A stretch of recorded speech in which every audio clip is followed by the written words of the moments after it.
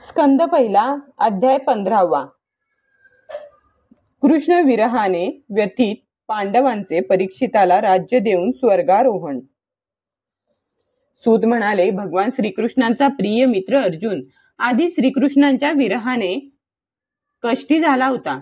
त्यात राजा युधिष्ठिरांनी त्याची विषादग्रस्त अवस्था पाहून त्याविषयी अनेक प्रकारच्या शंका उपस्थित करून प्रश्नांची सरबत्ती केली. शोकामुळे आधीच अर्जुनाचे मुख आणि मन सुकून गेले होते. तो भगवान श्रीकृष्णांच्या ध्यानात इतका गढून गेला होता की आपल्या भावाच्या प्रश्नांची काहीच उत्तरे देऊ शकला नाही. आपल्या दृष्टीपासून श्रीकृष्ण दूर झाल्या कारणाने अर्जुन वाढत चाललेल्या प्रेमाच्या उत्कंठेने व्याकुळ झाला होता. रथ हाकणे, फिरावयास जाणे इत्यादी वेळी भगवंतांच्या बरोबर जी मित्रता, अभिन्न हृदयता आणि प्रेमयुक्त व्यवहार केले होते त्यांची त्याला वारंवार आठवण येत होती. मोठ्या कष्टाने त्याने आपला शोक आवरला, हाताने डोळे पुसले आणि सद्गदित कंठाने आपले थोरले बंधू युधिष्ठिरास अर्जुन म्हणाला, महाराज, माझे मामे भाऊ किंवा अत्यंत घनिष्ठ मित्र असलेल्या श्रीकृष्णांना मी मुकलो आहे. देवांनाही आश्चर्यचकित करणारा माझा पराक्रम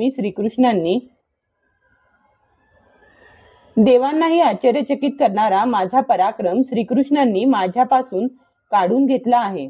प्राण निघून गेल्यानंतर जसे हे शरीर मृत म्हणून ओळखले जाते, तसेच त्यांच्या एका क्षणाच्या वियोगानेही हे जग असुंदर वाटू लागते.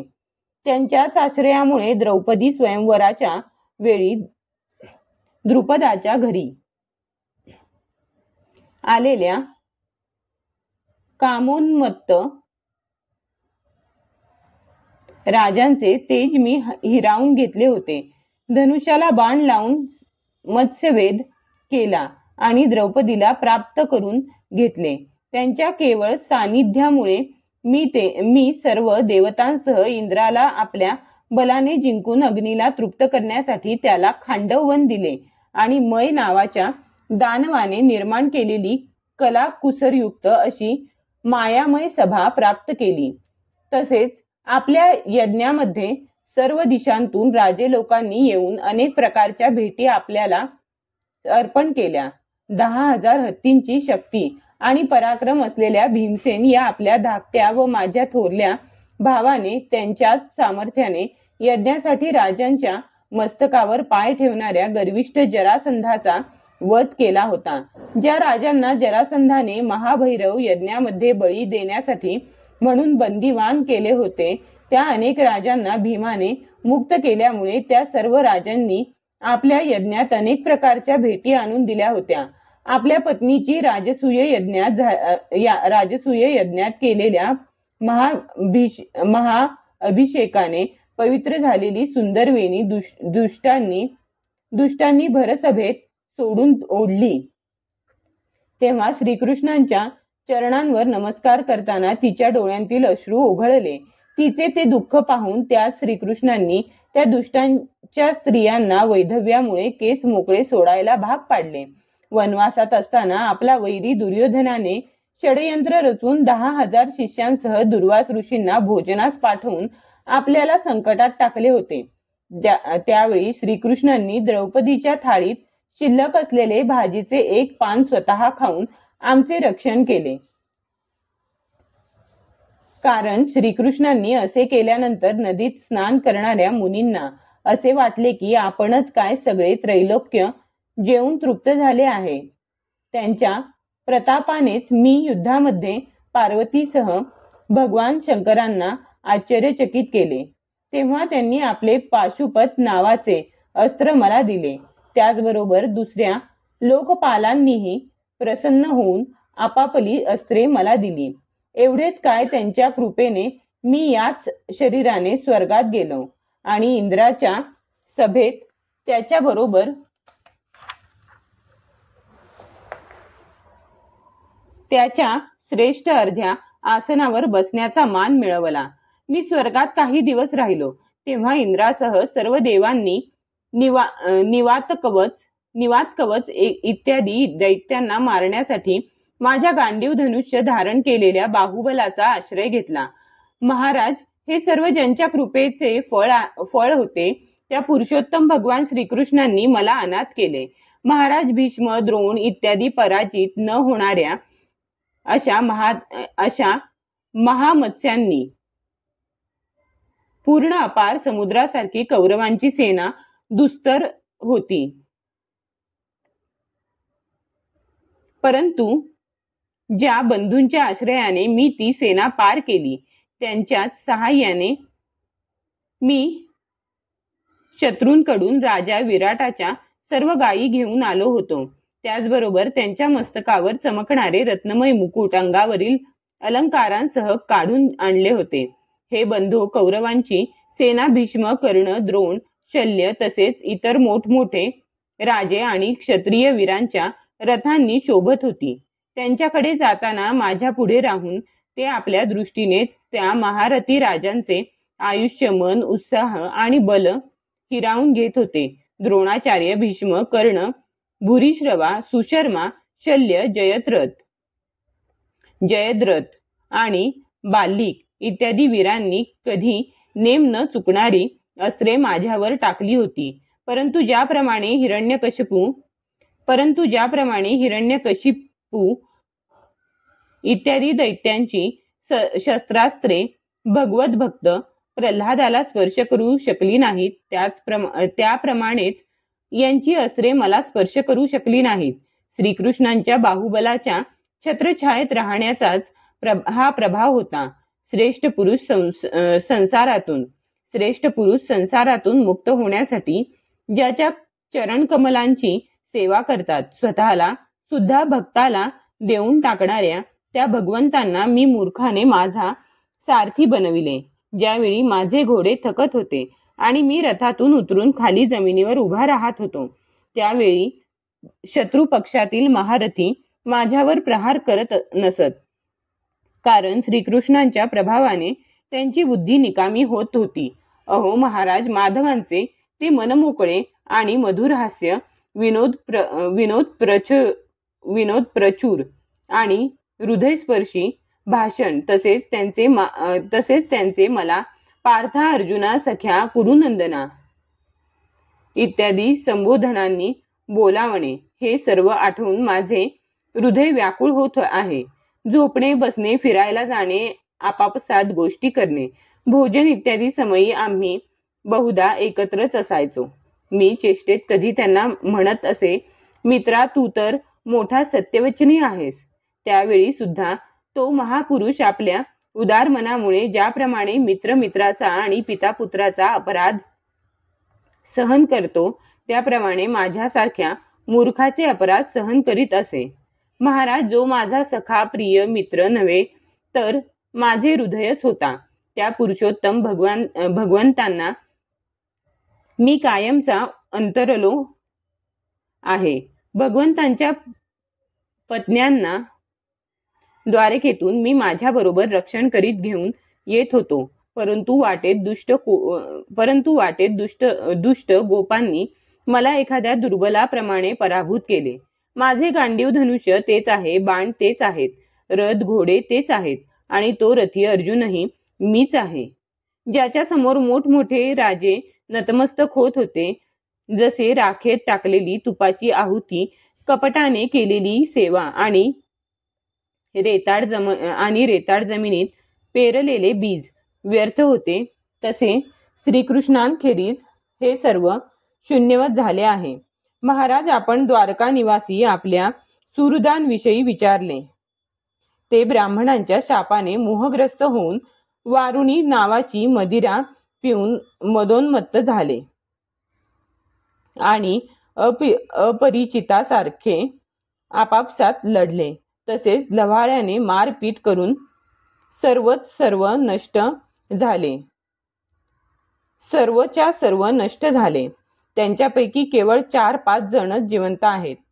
वास्तविक ही त्या सर्व शक्तिमान भगवंतांचीच लीला आहे, ज्यामुळे या संसारातील प्राणी एक दुसऱ्याचे पालन पोषणही करतात आणि एक दुसऱ्यांचा नाशही करतात. महाराज ज्याप्रमाणे जलचर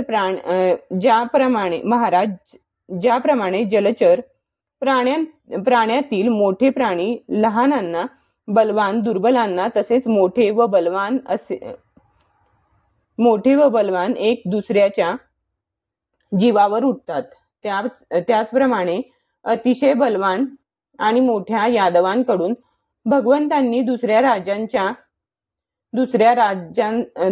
राजांचा संहार करविला. त्यानंतर यादवांकडूनच संहार करून पूर्णपणे पृथ्वीचा भार उतरविला. भगवान श्रीकृष्णांनी मला जो उपदेश केला होता तो देश, काल आणि हेतूला अनुसरून तसेच मानसिक ताप शांत करणारा होता. त्या उपदेशाचे स्मरण होताच चित्त हरखून जाते. सूत म्हणाले, याप्रमाणे अत्यंत प्रेम भरल्या अंतःकरणाने भगवान श्रीकृष्णांच्या चरणकमलांचे चिंतन करता करता अर्जुनाची चित्तवृत्ती अत्यंत निर्मल आणि शांत झाली. भगवान श्रीकृष्णांच्या चरणांचे रात्रंदिवस चिंतन केल्याने अर्जुनाची भक्ती अधिकच वाढली. त्यामुळे त्याच्या बुद्धीतील सारे विकार नाहीसे झाले. अर्जुनाला युद्धाच्या प्रारंभी भगवंतांनी दिलेल्या गीता ज्ञानाचे काळामुळे आणि मध्ये अनेक कर्मे केल्याने प्रमाद घडून विस्मरण झाले होते. त्याचे पुन्हा स्मरण झाले. ब्रह्मज्ञानाच्या प्राप्तीने मायेचे आवरण नाहीसे होऊन त्याला गुणातीत अवस्था प्राप्त झाली. द्वैताबद्दलच्या संशयाची निवृत्ती झाली. सूक्ष्म शरीर भंग पावले आणि तो शोकापासून आणि जन्ममृत्यूच्या चक्रातून कायमचा मुक्त झाला. भगवान स्वधामाला गेल्याचे आणि यदुवंशाचा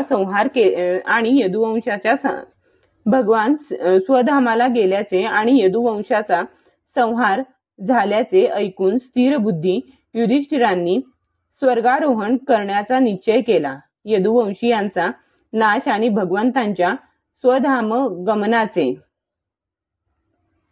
वृत्त अर्जुनाकडून ऐकून कुंतीनेही अनन्य भक्तियुक्त होऊन आपले हृदय भगवान श्रीकृष्णांमध्ये स्थिर केले आणि या जगाचा कायमचा निरोप घेतला.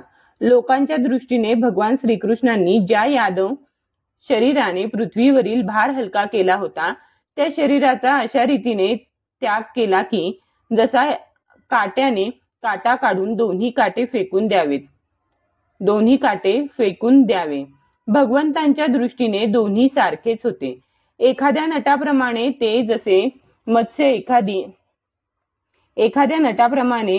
मत्स्य इत्यादी रूपे धारण करतात आणि नंतर ती अदृश्य करतात, त्याचप्रमाणे त्यांनी ज्या शरीराने पृथ्वीवरील भार नाहीसा केला होता ते शरीर अदृश्य केले. ज्यांच्या मधुर लीला श्रवणीय आहेत त्या भगवान श्रीकृष्णांनी ज्या दिवशी आपले शरीर अंतर्धान केले त्याच दिवशी अविवेकी लोकांना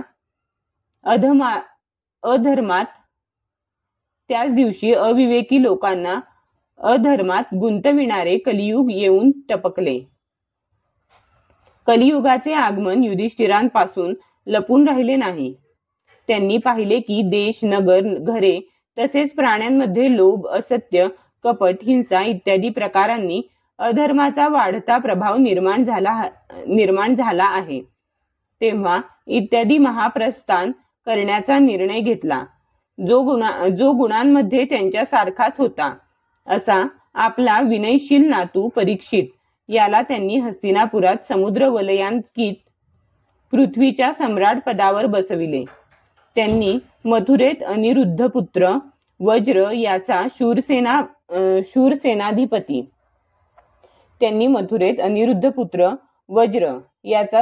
याचा शूरसेनाधिपती म्हणून अभिषेक केला.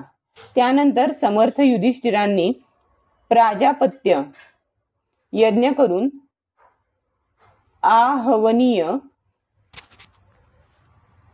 इत्यादी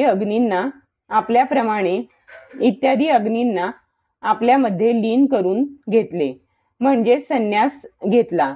त्यांनी आपली सर्व वस्त्रे आभूषणे इत्यादींचा तेथेच त्याग केला. तसेच ममता आणि अहंकाररहित होऊन सर्व बंधनातून ते मुक्त झाले.